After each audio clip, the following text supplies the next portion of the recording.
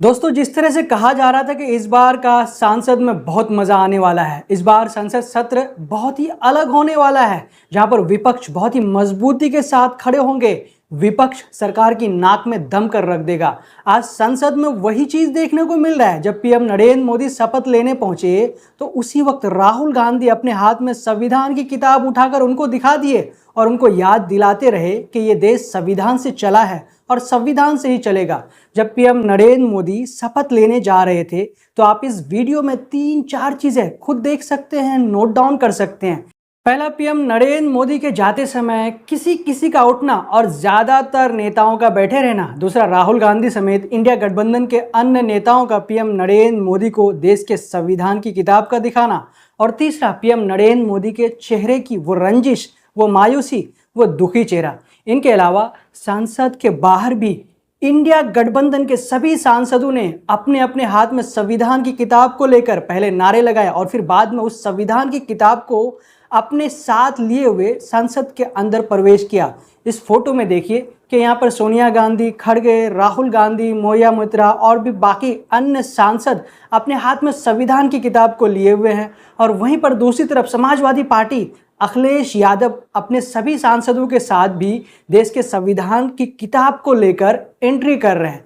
पहले दिन के सांसद सत्र में अयोध्या से जीते हुए समाजवादी पार्टी के सांसद अवधेश की भी काफ़ी चर्चा हुई, जिनको लेकर कहा गया कि जो अखिलेश यादव लोकसभा में अवधेश प्रसाद को अपने साथ बिठाया करते थे, आज वही चीज़ संसद के अंदर भी देखने को मिला। वहीं पर अपने बगल में अवधेश को भी बिठाए रखे थे और इसके अलावा राहुल गांधी भी उसी रॉ में बैठे हुए थे, जिसको लेकर ये कहा जा रहा है कि इसे देखकर अन्य भक्तों को बहुत ज़्यादा मिर्ची लग गई है। तो दोस्तों, जिस तरह से इंडिया गठबंधन के सभी सांसदों ने जो संविधान की किताब है उसको लेकर के शपथ लिया, तो इसके बारे में राहुल गांधी ने क्या कहा कि आखिरकार उन्होंने इस तरह से क्यों किया। तो राहुल गांधी कहते हैं कि जो आक्रमण प्रधानमंत्री जी और अमित शाह जी संविधान पर कर रहे हैं वो हमारे लिए स्वीकार नहीं, इसलिए हमने संविधान को लेकर शपथ लिया।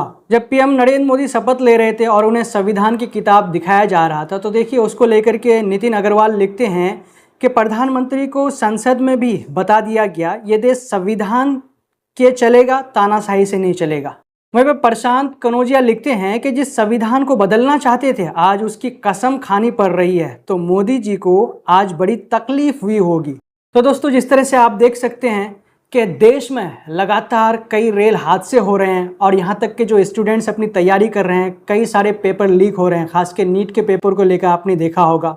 तो जब ये मंत्री अपने शपथ लेने जा रहे थे, तो जब खासकर शिक्षा मंत्री अपना शपथ लेने के लिए जा रहे थे तो उस समय इंडिया गठबंधन के सांसदों ने नीट कह के उसका विरोध करना शुरू कर दिया था। तो इसी को लेकर के पप्पू राम मुंद्रा आईएनसी लिखते हैं, इस फोटो को अपलोड करते हुए जो लिखा गया है इसमें वो लिखे हैं कि मैं शपथ लेता हूँ। आप फोटो देखिए, जितने भी मंत्री हैं उन मंत्रियों के फोटो हैं और उन मंत्रियों के फोटो के ऊपर लिखा हुआ है हर पेपर लीक करा दूंगा, हर जमीन चीन को दे दूंगा, हर ट्रेन पटरी से उतार दूंगा, हर राज्य को मणिपुर बना दूंगा, टोल वसूल कर तुम्हें सड़क पे ला दूंगा, तुम्हें प्याज खाने लायक नहीं छोड़ूंगा, हर आतंकी हमले की कड़ी निंदा करूंगा, मैं अवतारी हूं, मैं क्यों शपथ लूं।